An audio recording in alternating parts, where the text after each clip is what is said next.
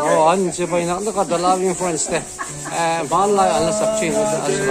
Don't thar tuổi thế. Oh, don't thar tuổi thế. Anh sát more đó anh đi.